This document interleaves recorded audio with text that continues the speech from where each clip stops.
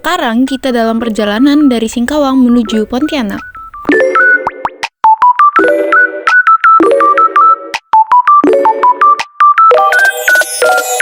Perjalanan dari Singkawang menuju ke Pontianak kami lewati kurang lebih 4 jam perjalanan.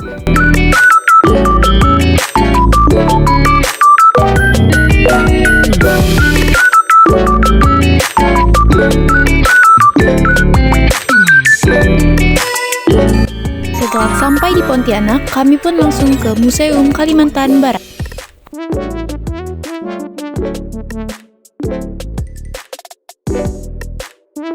Oke guys, jadi di sini kami sudah memasuki Museum Kalimantan Barat.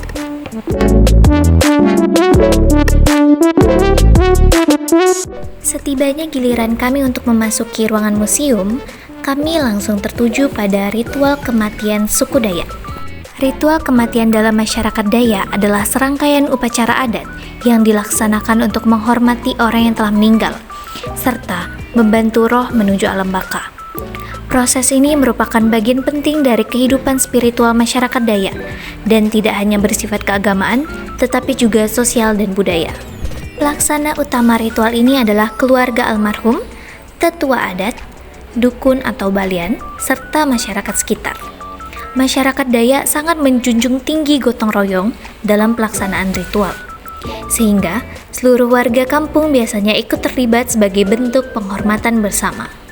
Peralatan ritual kematian yang pertama senapan lantak, yang kedua gong, yang ketiga piring, yang keempat sarungkang, yang kelima pecahan gerabah, yang keenam tempayan, yang ketujuh pantak, yang kedelapan kain puak kumboh, yang kesembilan pedupaan, yang ke-10 mangkok, yang ke-11 bakul.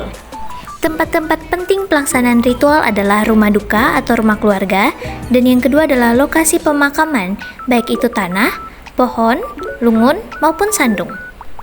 Ritual ini biasanya dilakukan dalam 2 tahap waktu utama. Yang pertama, segera setelah seseorang meninggal dunia, dan yang kedua, bertahun-tahun kemudian atau yang biasa disebut ritual tiwah, yakni upacara besar untuk memindahkan tulang dari kuburan ke rumah sandung. Setelah diyakini roh tersebut telah bersih dan siap menyatu dengan para leluhur. Tujuan utama dari ritual kematian Dayak adalah yang pertama, menghormati orang yang telah meninggal. Yang kedua, membantu roh agar sampai ke tempat yang layak di alam roh. Yang ketiga, menjaga hubungan spiritual antara keluarga dan leluhur. Dan yang keempat, menjaga gangguan roh jahat yang bisa membawa sial bagi keluarga jika ritual tidak dijalankan dengan benar. Ada 4 jenis pemakaman dalam masyarakat Dayak. Yang pertama, pemakaman di dalam tanah. Ini adalah cara umum untuk menguburkan jenazah. Yang kedua, pemakaman di dalam pohon. Pemakaman ini hanya berkhusus untuk bayi. Yang ketiga, pemakaman di dalam sandung. Pemakaman di dalam sandung adalah pemakaman tulang belulang yang dipindahkan ke rumah sandung di dalam ritual tiwah. Dan yang keempat adalah pemakaman di dalam lungun, yaitu jenazah ditempatkan di dalam peti mati tanpa dikubur dan diletakkan dalam bangunan khusus dari kayu. Rumah Radang. Rumah Radang merupakan simbol semangat kekeluargaan, persaudaraan, gotong royong, dan kebersamaan masyarakat Dayak. Rumah ini memiliki 50 ruangan yang memiliki panjang 138 meter dan lebar 6-7 meter, dan memiliki ketinggian 3-7 meter sebagai bentuk antisipasi banjir dan menghindari bahaya binatang buas.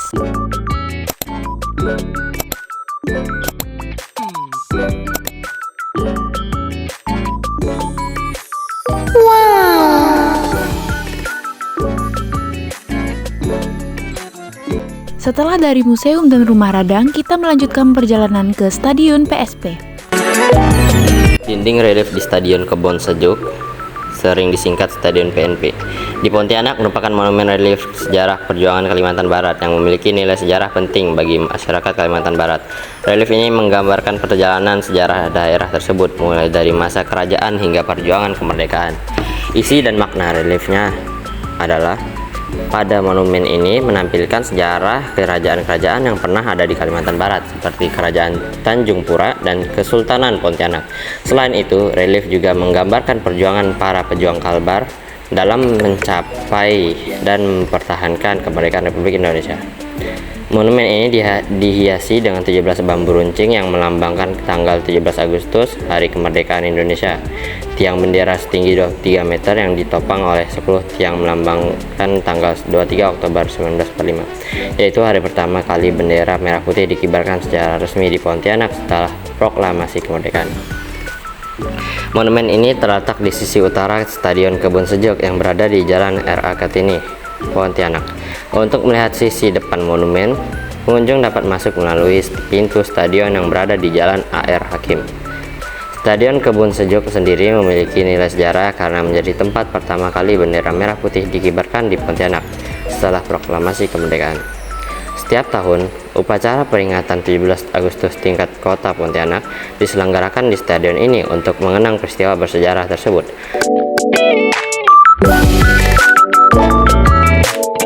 Oke guys, sekarang kita memasuki Taman Alun-Alun Kota Pontianak.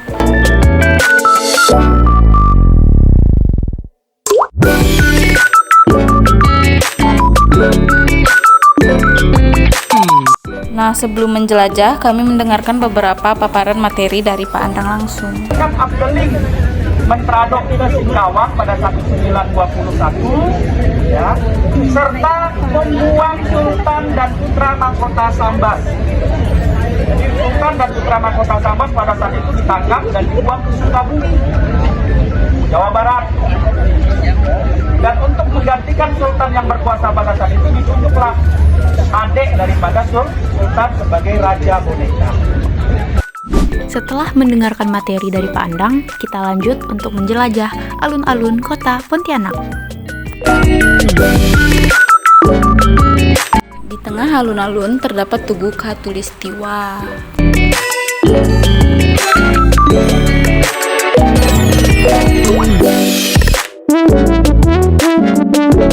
Taman ini sudah ada sejak puluhan tahun yang lalu, dan sejak pertama kali dibangun hingga sekarang, Taman Alun-Alun Kapos ini tetap menjadi ikon dari kota Pontianak itu sendiri. Taman Alun-Alun Kapos ini telah beberapa kali direnovasi. Pembangunan yang pertama telah dilakukan sekitar tahun 1990-an. Lalu renovasi taman yang kedua dilakukan pada tahun 2011. Dan pada tahun 2012 ini pun pemerintah kota Pontianak sedang melakukan proyek renovasi yang ketiga. Menurut Pia, renovasi kali ini untuk memperluas daerah Taman Alun-Alun Kapuas, menambah beberapa air mancur lagi, serta membangun beberapa sarana untuk para pengunjung. Hal ini bertujuan agar taman ini semakin dikagumi para wisatawan. Setelah dari alun-alun, kami melanjutkan perjalanan kami kembali untuk ke tempat penginapan.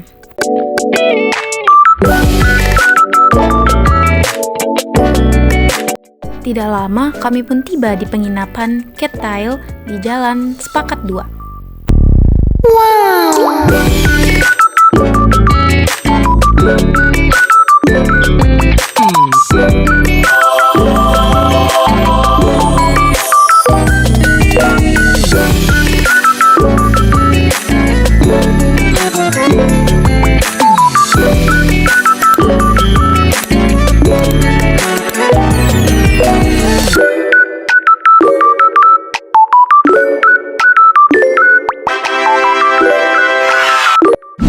Makan malam, kita lanjut ke Ayani.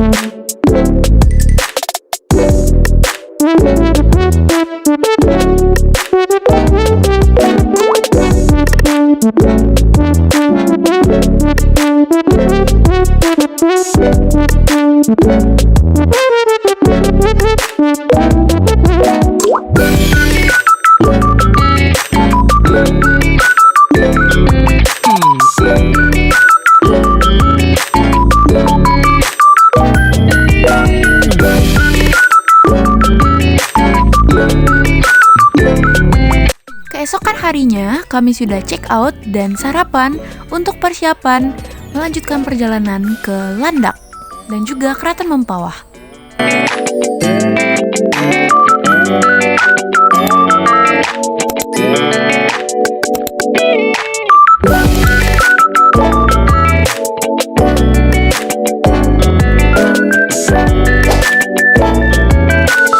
Oke, kita udah di bis dan persiapan untuk ke Landak ke makam Juang Mandor.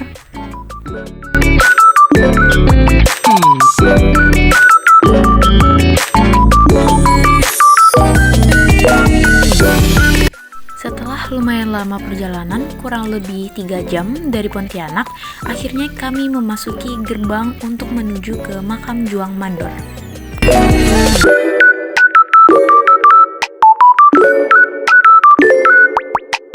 Setelah sampai, kami langsung mendengarkan beberapa materi yang disampaikan oleh Pak Andang. Nah, jadi pada tahun 1700-an itu, tepatnya itu macam-macam versinya, ditemukanlah sumber emas di beberapa daerah di Kalimantan Barat. Nah, salah satunya di daerah Mandor ini. Nah, kalau wilayah Mandor ini dulu merupakan yurisdiksi Kesultanan Mempawah. Jadi wilayah kekuasaan Kesultanan Mempawah. Nah, kalau di Sambas itu ada di Bentrado. Oke, kita lanjut untuk menelusuri makam Juang Mandor.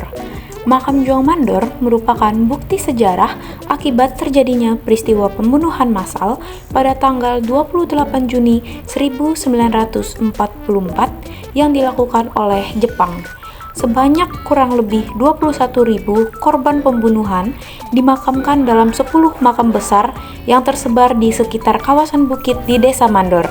Pemerintah daerah akhirnya membangun monumen peringatan pada tahun 1977 dan mengubah tempat pembunuhan massal tersebut menjadi kawasan wisata sejarah di Kalimantan Barat, yang dimana makam 1-9 merupakan makam rakyat biasa dari berbagai kalangan dan etnis di Kalimantan Barat, dan makam ke-10 adalah makam tempat pembantaian para raja dan orang-orang yang berpengaruh di Kalimantan Barat saat itu. Mereka yang dimakamkan di sini adalah para pahlawan yang berani menentang penindasan dan mempertahankan kehormatan serta martabat bangsa di tengah ancaman penjajahan. Nah, di sini kami akan berkunjung ke salah satu makam dari 10 makam yang ada di sana. Jarak antara makam satu dan makam lainnya itu tidak lumayan jauh dan juga tidak lumayan dekat, tapi kami hanya dapat mengunjungi satu makam saja karena bentuk makam satu dan makam yang lainnya itu sama, hanya makam ke-10 saja yang berbeda.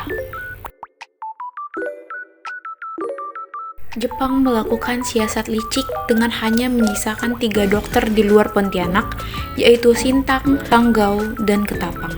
Hal itu dilakukan Jepang agar masyarakat awam terpisahkan dari cendekiawan-cendekiawan dan pemuka masyarakat. Kehadiran Jepang kala itu membuat keadaan sangat rumit, bahkan organisasi dan partai-partai yang sudah terbentuk pelan-pelan dibubarkan. Oke teman, setelah kita memasuki jalan kematian, kita lagi perjalanan untuk ke makam Mandor. Ini ada Wawa di sini, dan di sini ada Sion dan juga Urfa tidak ikut guys karena sedang haid. Lumayan ya, semangat. Gelombang pertama penangkapan dan pembunuhan secara massal di pelabuhan Tan Seng Hye di Pontianak. Pada gelombang penangkapan kedua, Sultan Syarif Muhammad Al-Qadri, Sultan Pontianak beserta kaum kerabat putra-putri, putra-putranya khususnya menantu beliau, keponakan, dan kerabat lainnya diciduk oleh tentara Jepang yang jumlahnya tak terhingga banyaknya. Mereka dibawa ke satu tempat. Kemudian, atas usaha dari Sultan Hamid II selaku Kepala Daerah Istimewa Kalimantan Barat yang datang bersama militer sekutu menemukan tempat terjadinya pembantaian beribu-ribu masyarakat terpelajar di Mandor, Kalimantan Barat. Sultan Muhammad jasadnya ditemukan di bawah pertamanan salah satu gereja yang ada di seberang kota. Sementara pemuka masyarakat lainnya, tangan diikat ke belakang atau ke depan kepala. Mereka dimasukkan dalam mobil yang ditutupi terpal, diangkut ke satu tempat yang sekarang ini kita kenal sebagai Desa Mandor. Oke guys, kita baru selesai dari makam. Sekarang kita mau lanjut keluar dari jalan kematian tadi ya. Ya. Ya, kita menuju ke bagian depan tadi, ke relief.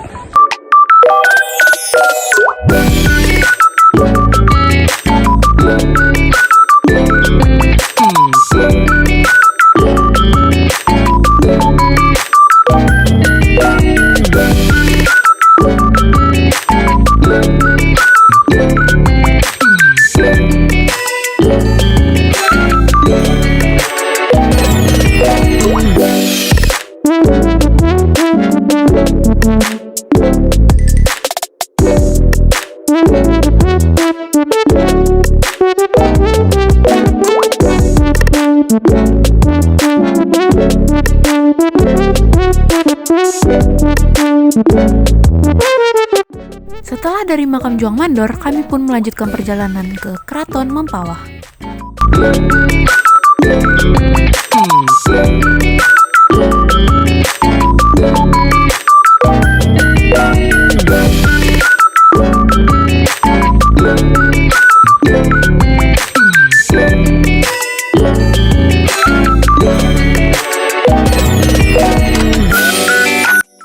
Jam 1 kami berhenti sebentar untuk rehat dan juga melaksanakan sholat bagi yang muslim.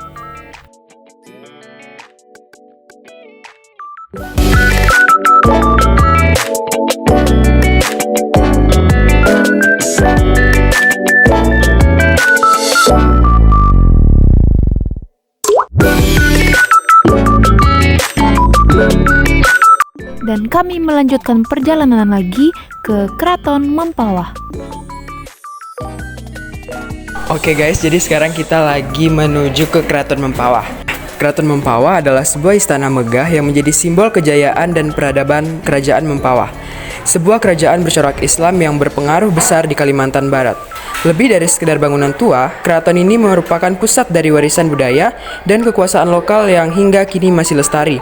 Bangunan ini bukan hanya tempat tinggal para raja, tetapi juga menjadi pusat pemerintahan, kebudayaan, dan spiritualis masyarakat Melayu Mempawah.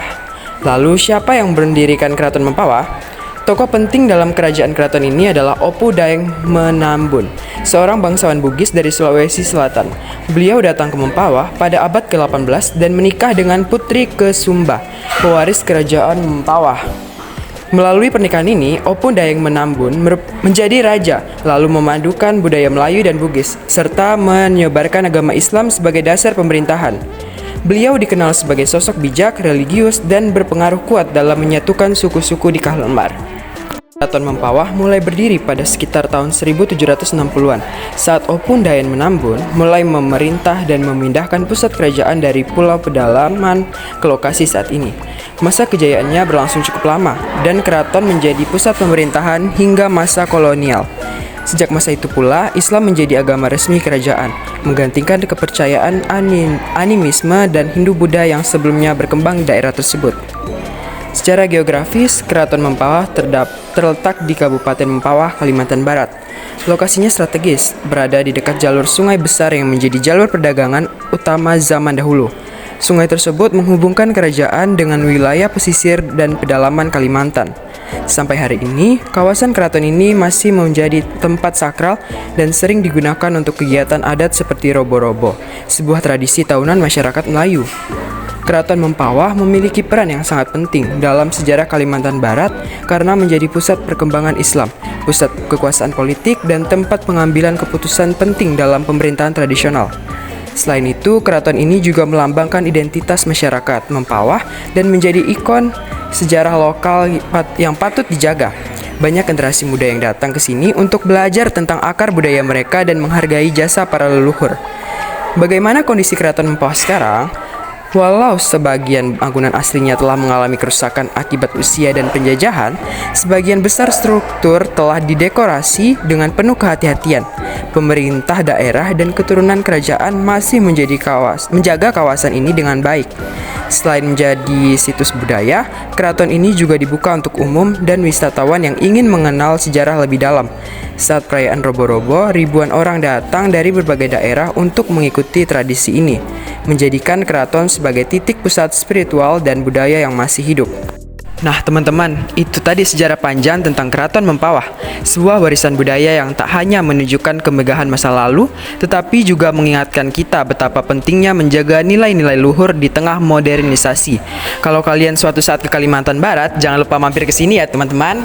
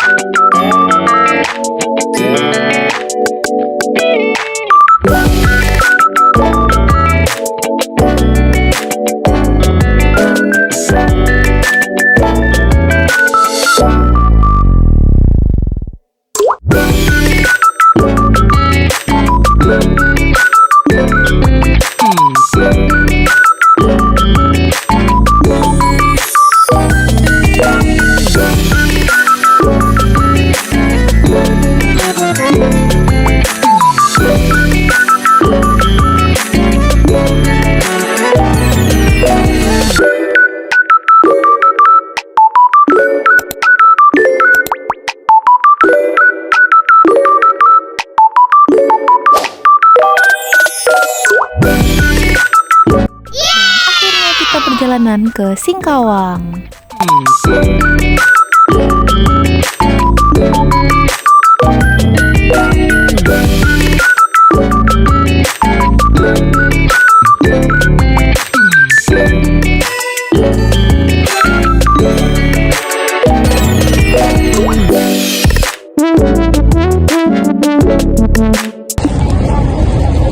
Oke guys, kita sudah menamatkan study tour.